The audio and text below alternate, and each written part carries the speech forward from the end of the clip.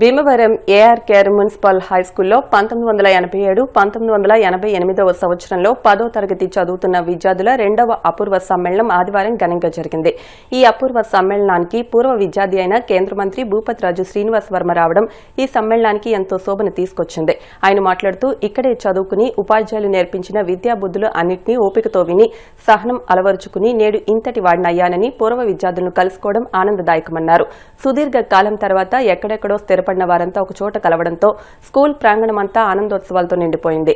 ఈ సందర్భంగా పూర్వ విద్యార్థులు ఆప్యాయంగా పలకరించుకుంటూ కుశల ప్రశ్నలు వేసుకుంటూ చదువుకున్న రోజుల్లో చేసిన చిలిపి పనులను గుర్తు చేసుకుంటూ వారి వారి కుటుంబాల్లో 37 సంవత్సరాల్లో సాధించిన విజయాలు, తమ పిల్లల చదువులు, ఉద్యోగ వ్యాపారాల గురించి తెలుసుకుంటూ వారి యోగక్షేమాలను తెలుసుకున్నారు. విద్యాబుద్ధులు నేర్పిన ఉపాధ్యాయులను స్మరించుకుంటూ ఆనందోత్సవాల మధ్య ఆటపాటలతో పలు సాంస్కృతిక కార్యక్రమాలు నిర్వహించుకుని బహుమతులతో సత్కరించుకున్నారు. ఈ సందర్భంగా తాము చదువుకున్న ఏఆర్కేఆర్ స్కూల్ అభివృద్ధికి తమ వంతు కృషి చేయాలని నిర్ణయించుకున్నారు. పూర్వ విద్యార్థుల committee convener B H Subbaraju, co convenors Nanibabu, Satyanarayana, treasurer N V R Ravikumar, coordinators Venkatraju, Vijayaramaraju, Sriramulu, Bhushanam, Eswararao, Mastanvalli, Srinivasaraju, Ramadevi, Nivedita, Patnaik, Rangababu తదితరుల పర్యవేక్షణలో ఈ కార్యక్రమం ఘనంగా జరిగింది.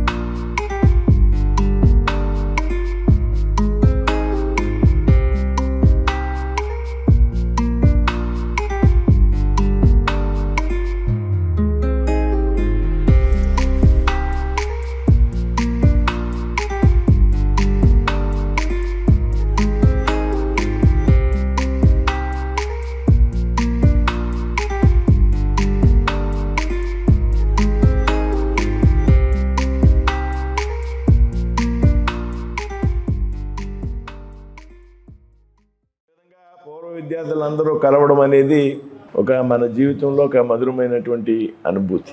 మనిషి లైఫ్ స్ట్రెస్తో కూడినటువంటి వ్యవహారం.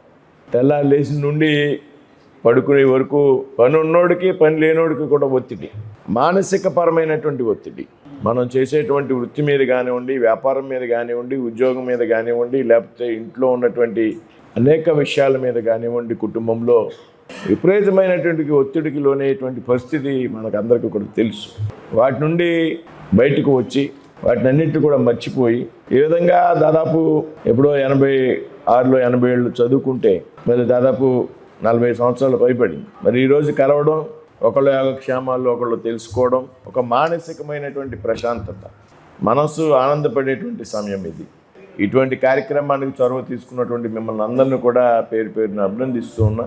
ఏఆర్కేఆర్ హై స్కూల్ గురించి నేను మీకన్నా 5 సంవత్సరాల ముందు, నాకు 82లో 10th అయింది. ఆ స్కూల్ మీద ఉన్నటువంటి మమకారం ఏదైతే నేను ఈ ప్రాంతంలో ఇక్కడ ముందుగా అరవింద విద్యానికేతన్ అని ఒక ఇంగ్లీష్ మీడియం ప్రైవేట్ స్కూల్ ఉండేది. అందులో నేను జాయిన్ చేసినప్పుడు 2వ తరగతి వరకు చదువుకున్నాక ఆ ఇంగ్లీష్ మీడియం స్కూలు ఇక్కడే ఉండేది దగ్గరలో.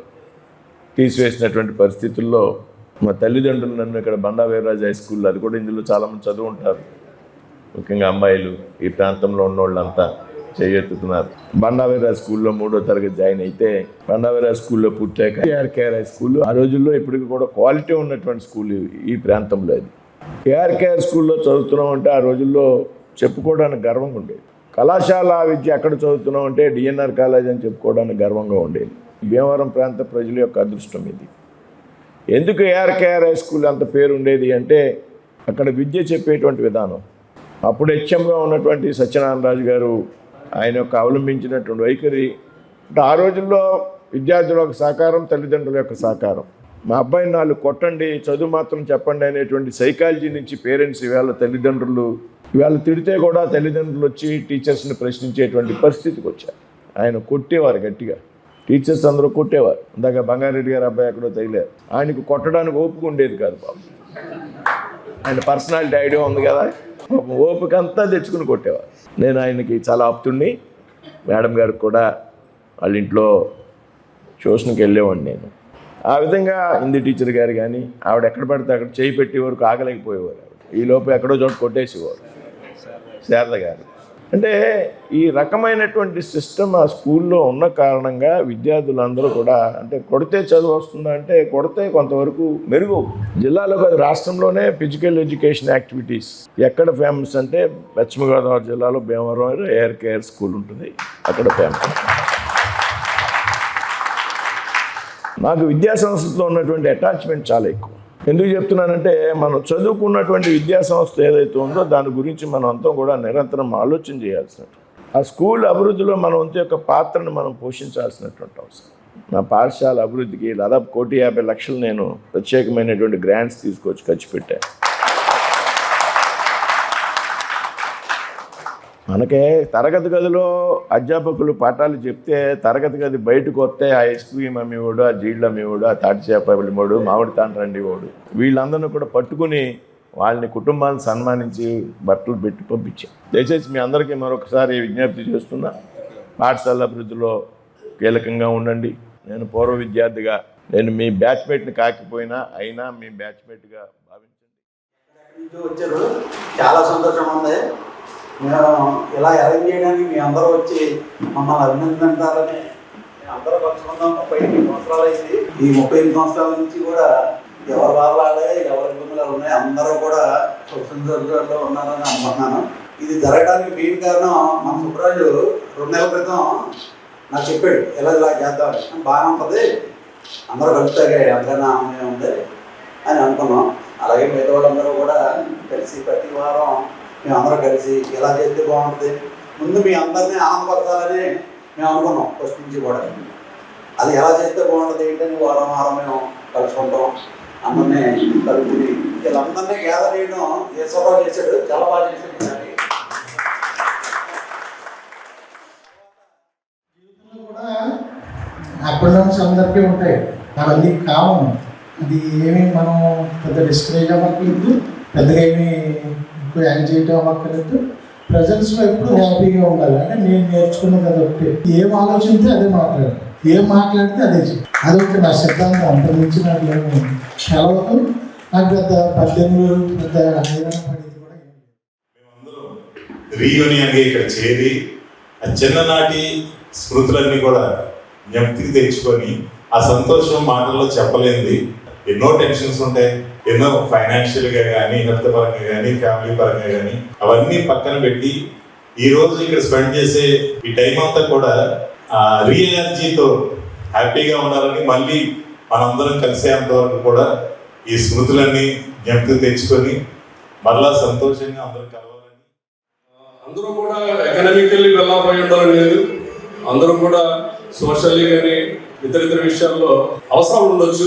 దానికి మేమున్నాం అంటూ యాక్చువల్గా ఈ కార్యక్రమం స్టార్ట్ చేయడానికి ముందు అటువంటి కార్యక్రమంతోనే సింహాద్రి శ్రీనివాస్ కుటుంబానికి కానీ, అలాగే ఇక ముందు ఏదైనా అవసరం ఉన్నప్పుడు కూడా మేము అందరూ ఉన్నాము అనడానికి ఒక సాలిడారిటీ అనేటువంటి ఒక లోగోతో ఈ యొక్క కార్యక్రమాన్ని నిర్వహించడం జరుగుతుంది. మనకి మన ఏఆర్కేఆర్ హై స్కూల్ నుండి ఒక ఎమ్మెల్యేగా మన నాయకర్ గారు, అలాగే మన సెంట్రల్ మినిస్టర్ గారు మెయిన్ శ్రీనివాసరావు గారు, ఆయన చాలా అద్భుతంగా వర్క్ చేస్తున్నారండి.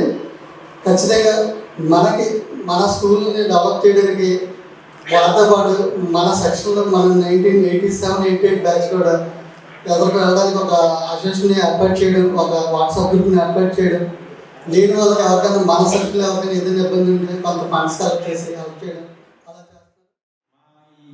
రీయూనియన్ యొక్క మెయిన్ ఆబ్జెక్టివ్ ఏంటంటే మా ఏజ్ని మేము మర్చిపోదాం. ఫస్ట్ స్కూల్కి ఏదో ఒకటి వృతాభక్తిగా ఒక పనిని పూర్తి చేద్దామని, ఓల్డ్ స్టూడెంట్స్ ఎవరైతే మా ఫ్రెండ్స్లో ఎవరైతే వీక్గా ఉండి ఎవరైనా స్ట్రెంగ్త్ లేకపోతే వాళ్ళకి సాలిడారిటీగా మా వాళ్ళు చెప్పినట్టుగా సాలిడారిటీగా వాళ్ళకి మేము ఉన్నాం అనేటటువంటి ఒక భరోసాను కల్పించడానికి ఈ ఒక ప్లాట్ఫామ్ అనేటటువంటిది ఉపయోగపడుతుందని చెప్పేసి నా వంతుగా నేను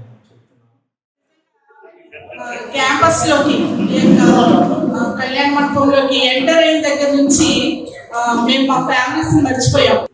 హ్యాపీగా ఒకసారి మనస్ఫూర్తిగా నవ్వుకోవడానికి, మనస్ఫూర్తిగా షేర్ చేసుకోవడానికి, చిన్ననాటి గుర్తుల్ని జ్ఞాపకం చేసుకోవడానికి మంచి ప్లాట్ఫామ్ ని మాకు కమిటీ వారు కలుగజేశారు. చాలా సంతోషంగా ఉంది. 4 నెలల 5 నెలల క్రితం నుంచి కూడా వీళ్ళంతా ప్లాన్ చేసి మమ్మల్ని అందరినీ ఇక్కడ సమకూర్చి అందరూ కూడా బాధలేంటి సంతోషాలేంటి పంచుకుంటూ పొద్దున్నుంచి కూడా సమయం అసలు తెలియకుండా జరుగుతోంది.